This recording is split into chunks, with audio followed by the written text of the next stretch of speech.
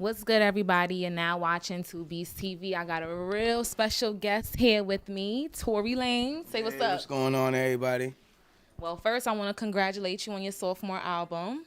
I know your fans have been patiently waiting for it. I know I have. And there's a lot of things that's different from this album compared to I Told You. Yeah. So I see you didn't go with the samples. What influenced that decision? Um, well, I mean, I still got some samples on the project, but not necessarily samples that were big songs that everybody knew or like. Right. I just wanted to be. I kind of wanted to give everybody what they didn't expect. You know what I'm saying? Like I wanted to give people what they said I couldn't do. You know, very much like the album title I Told You. This time in my career means kind of like the same thing. It's kind of proving people wrong and just actually kind of just opening up more on the just like the problematic issues that I go through.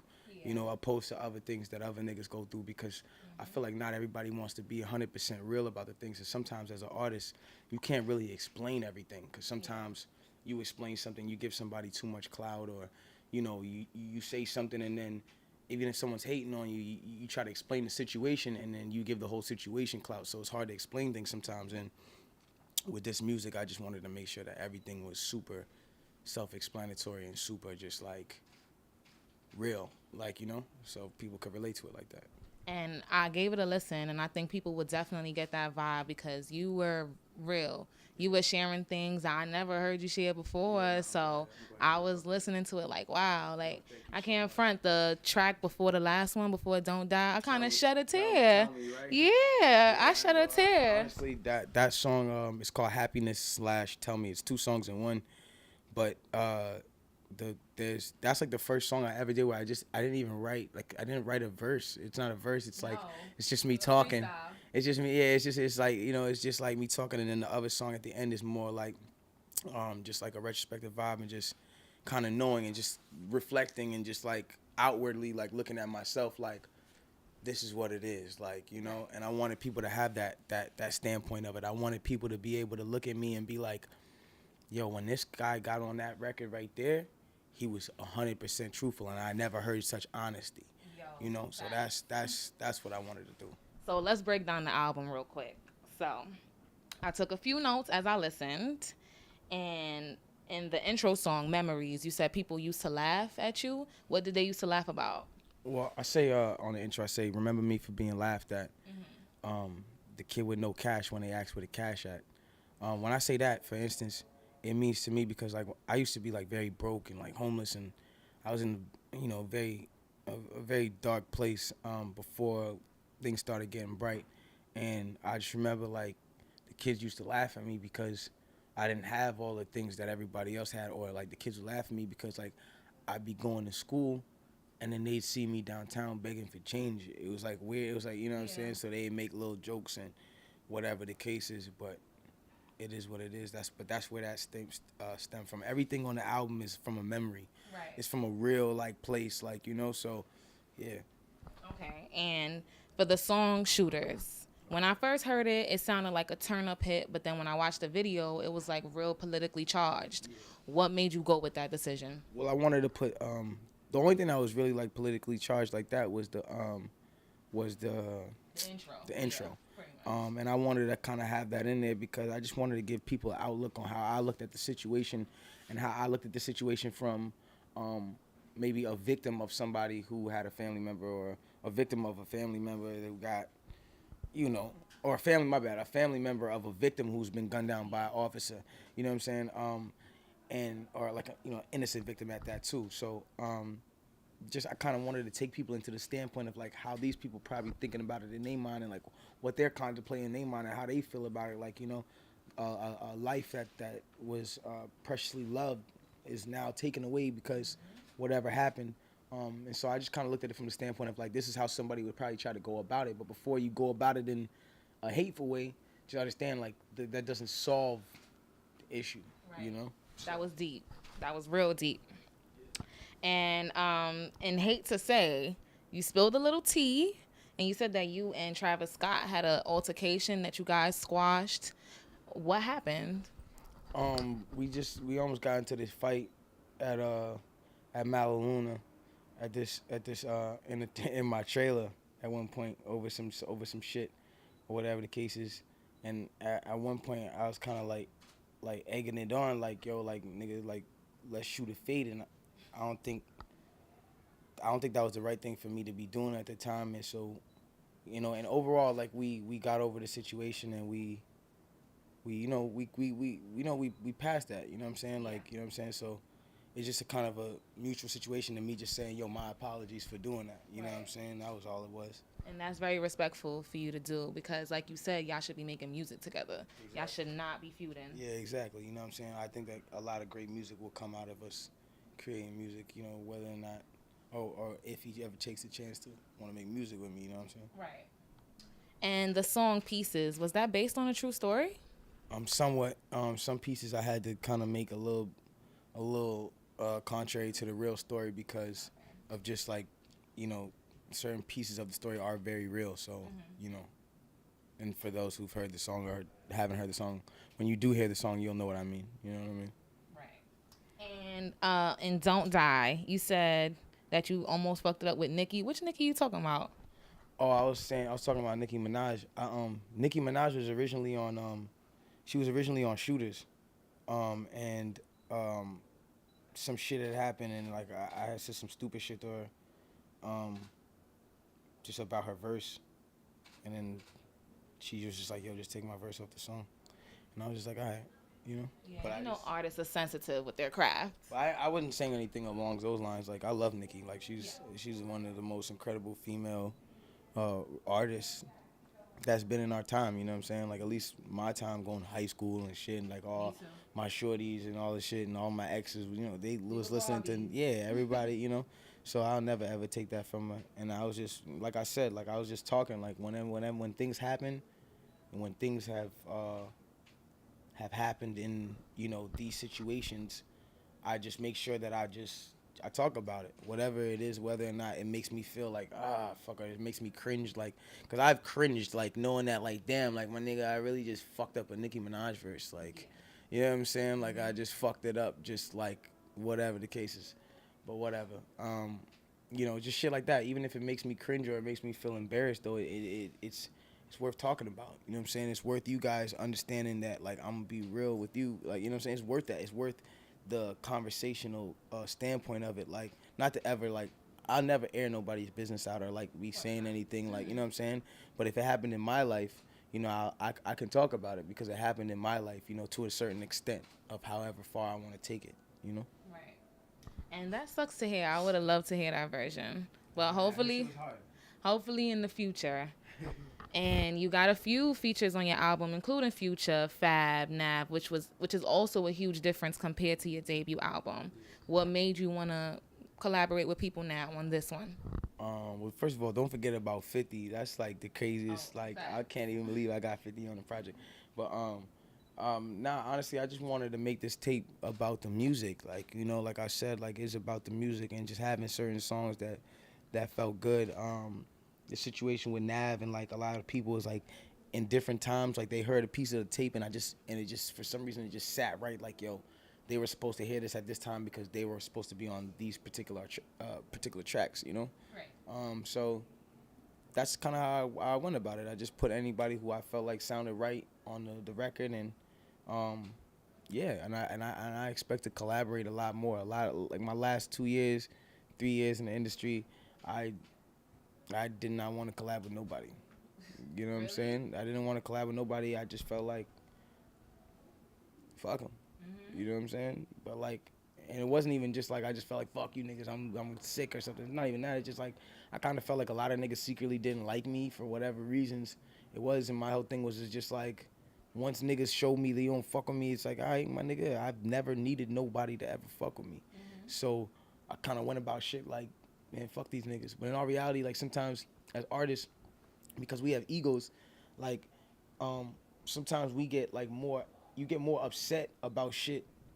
You just get more upset about shit, like when you shouldn't really be upset about shit. It's just an ego thing. And sometimes some shit is really not that deep. You know what I'm saying? And you find out later it wasn't that deep. You know what I'm saying? So that was like one of those things. Yeah. I feel you. And I take it that the removal of the skits was also a part to focus on the music as well. There's no removal of skits. There just wasn't no skits on this one. There's like one skit on this one. Yeah. The first I told you, the album, it was for that purpose to have, just like, um, a cinematic feature to it. Like, you know what I'm saying? Like, it was supposed to play out as a movie. Like, when you listen to the first album, you're supposed to listen to it from track one to track whatever it ends at. Like, you're not supposed to skip songs. Like, that's not how it was designed. But because of that, you only really want to listen to it when you want to listen to the whole body of music or the whole body of work. This one is just like you can skip songs, you can hear whatever you want to hear, and it's gonna be just good songs. You know what I'm saying? And speaking of cinematic feature, weren't the skits supposed to be turned into a movie? The skits actually are a movie, and actually it's not even just the skits, but it's more so the album. Just right now, the album and the movie for the album is called "I Told You Memories Don't Die." You know what I'm saying? Together. Yeah, so everything's together. Okay. You know what I'm saying? And it touches on things that I say in this album, and also the story of the last album. So, yeah. Okay, that's dope. And I'm really happy to see that you and Drake squashed the beef.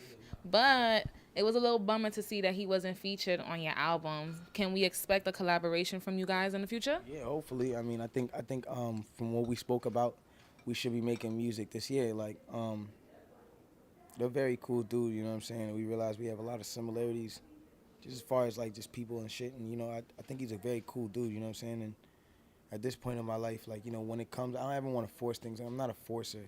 You know what I'm saying? Like, I just let shit happen. Like, I mean, I've been to the studio with him,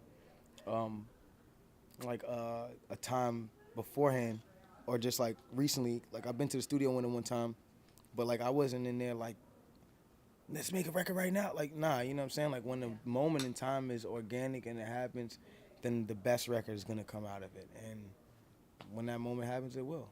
I'll be waiting. And and you've been on countless features this year. Last year. Like, I can't even count how many people's songs you've been on, how many songs you've made. But I was looking forward to Fargo Fridays before this album. What happened to it? Honestly, I was looking forward to them too, but it's just like, because I haven't dropped music in 13 months now, that this January or February makes it. Because I hadn't dropped music in 13 months. It was like one of those things where I was just like, yo, like, I'm not going to just keep coming back with these single records. This is going to piss off my family, like, as far as, like, because I look at my fans, like, my family, like, this is going to piss them off, like, you know what I'm saying? And I was just like, I'm just going to wait until they can get a full project. Like, I'm not giving them just this bullshit. Like, even though they might love the songs, it's not about that. It's about them having the project, and then we can go back to the Fargo Fridays. You know what I'm saying? Like, I want them to get the body of work that they can always go back to first. You know what I'm saying? Because that's all the Fargo Fridays are for. They're to revert people back to the music. You know what I'm saying? Like, yo, here's this hot flaming song I just put out every Friday. Like, you know what I'm saying? Come back to the music. Come back to, to my side of music. And you released about 2 or 3 songs with Party Next Door that didn't make the cut on the album. How come? Well, we couldn't clear them in time.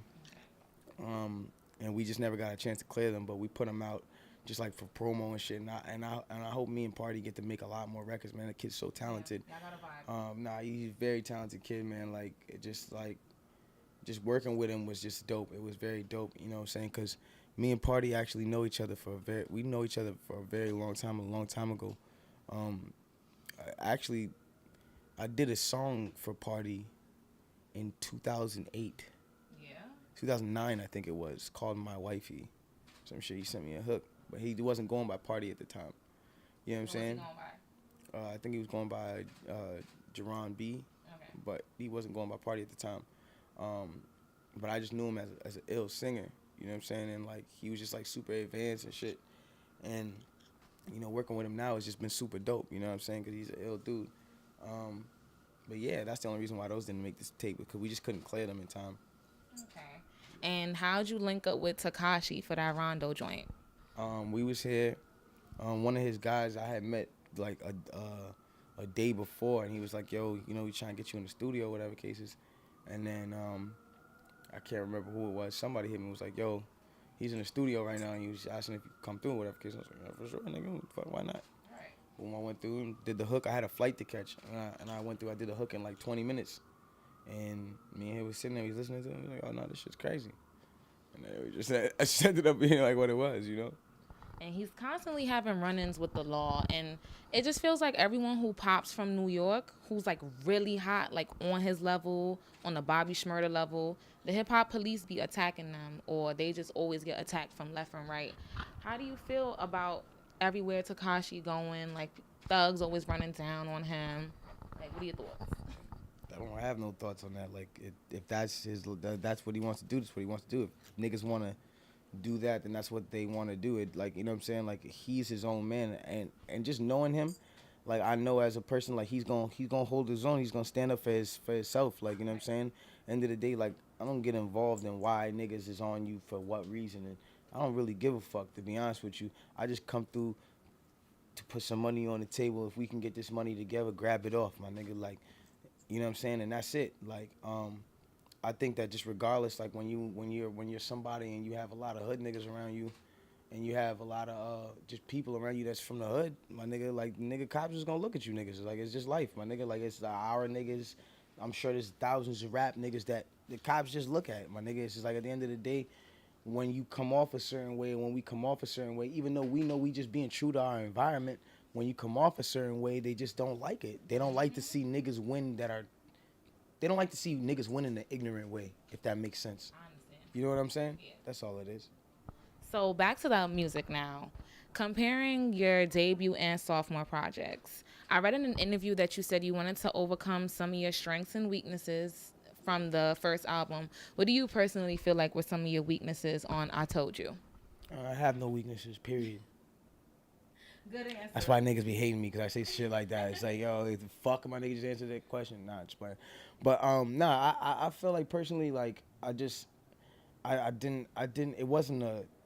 I can't like draw weaknesses of the tape. The only thing I could say is just like, if I could do the tape again, it would have probably been done a tad bit differently, but not anything drastic. Like, you know what I'm saying? Like, I probably would have put maybe one more rap record on there, something for the club.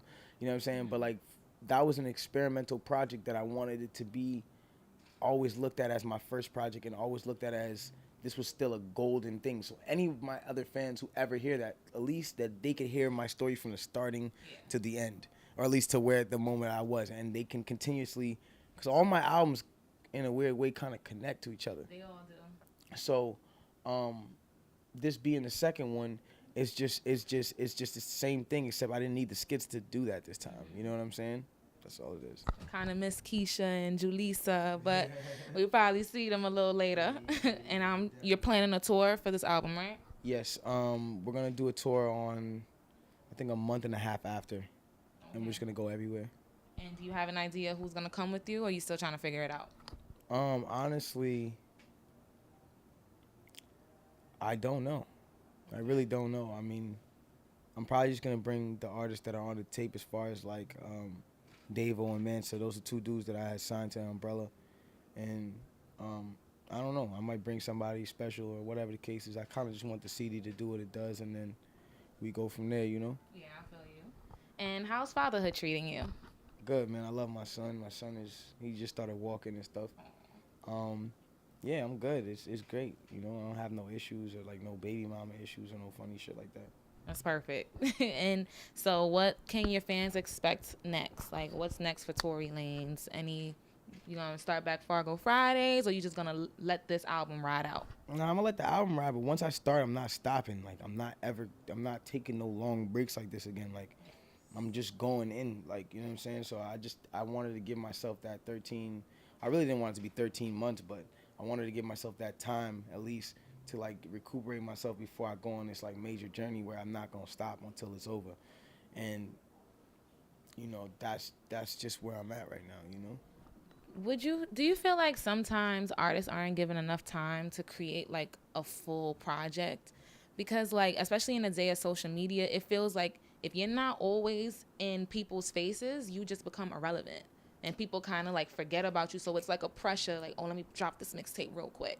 I mean, the thing about it is I look at being relevant like it's like a car.